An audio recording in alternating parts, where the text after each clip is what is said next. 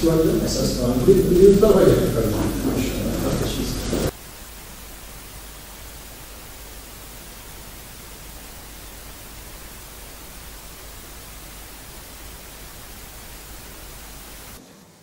Euzu billahi mineşşeytanirracim.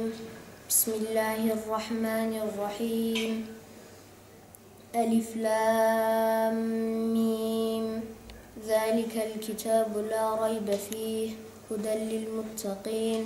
Ellezine yu'minune bil gaybi ve yuqimune's salate ve mimma razaqnahum yunfikun. وَالَّذ۪ينَ يُؤْمِنُونَ بِمَا أُنْزِلَ إِلَيْكَ وَمَا أُنْزِلَ مِنْ قَبْلِكَ وَبِالْآخِرَةِ هُمْ يُوقِنُونَ أُولَٰئِكَ عَلَى هُدًى مِنْ رَبِّهِمْ وَأُولَٰئِكَ هُمُ الْمُفْلِحُونَ صَدَقَ اللّٰهُ الْعَظِيمُ. Muhammed Yusuf kardeşimiz Adıyaman Yatılı Bölge Hafızlık Kur'an kursumuzda eğitim öğretim gören, hafız olmak için mücadele eden yavrularımızdan, evlatlarımızdan birisi. Muhammed Yusuf yavrumuz aynı zamanda Fazıl Gürs İmam Hatip Ortaokulu'nda eğitim öğretim görmekte. Bizim İmam Hatiplerle beraber ortak olarak yürüttüğümüz hafızlık projemiz çerçevesinde Muhammed Yusuf'umuz bölge yatılı hafızlık Kur'an kursumuzda 6 ay gibi kısacık bir dönemde hafızlığını bitirdi.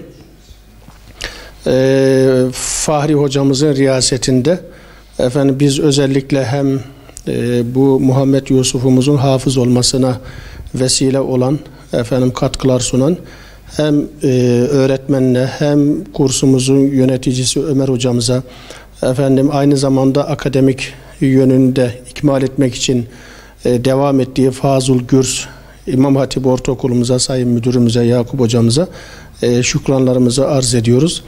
Hafızlık bizim geleneğimizde, kültürümüzde önemli bir yer tutmakta. Bizim de Diyanet İşleri Başkanlığımız ve müftülükler olarak da meslek hayatımızın en önemli çalışma sahalarımızdan birisi. İnşallah geçtiğimiz yıl 52 hafızımızı mezun ettik. Belgelerini aldılar.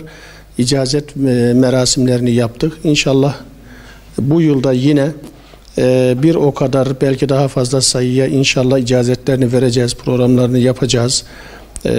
Bunlar Cenab-ı Allah'ın seçkin kulları. Bunlar hafızlarımız, Muhammed Yusuf'umuz ve diğer hafızlarımız aramızda gezip dolaşan, yürüyen Kur'anlar bunlar. Bunlar bulundukları yerlerde bizlere Kur'an'ı ve manasını hatırlatan yavrularımız. İnşallah Muhammed Yusuf Kur'an'ın hafızı oldu. Cenab-ı Allah'tan duamızda Kur'an'ın da Muhammed Yusuf'a muhafız olması inşallah. Tabi hafız olmak zordur. Hafız olmak bir süreçtir. Fedakarlık ister. Şimdi Muhammed Yusuf yaşındaki gençlerin dünyanın her türlü zevkü sefası içerisinde sosyal medyanın kıskacında gününü gün ederken bir fedakarlık yaparak Muhammed Yusuf'un hafızlığı tercih etmesi Cenab-ı Allah'ın bir lütfu, kendisine bir ihsanı. Zor bir süreçti. Bunu başardı. İnşallah bunu en az bu kadar zor olan da bu meslekte hafızlığı muhafaza etmek, hafızlığı koruyabilmek.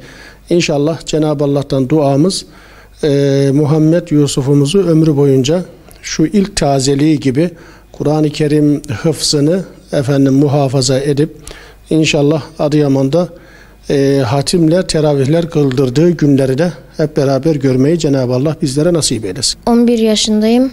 Adıyaman Şehit Fazıl Gürs Ortaokulu'na gidiyorum. Fahri Deniz Hoca'nın öğrencisiyim. 6 ay gibi kısa bir sürede hafızlığımı bitirdim. Hocamın ve ailemin yardımıyla en zorlandığım şey çok ezber alıp onları toplu şekilde okumaktı. Ve kolay olan şeyler de yüzünü okuyup onları yapabildiğim kadar kolayca okumaktı.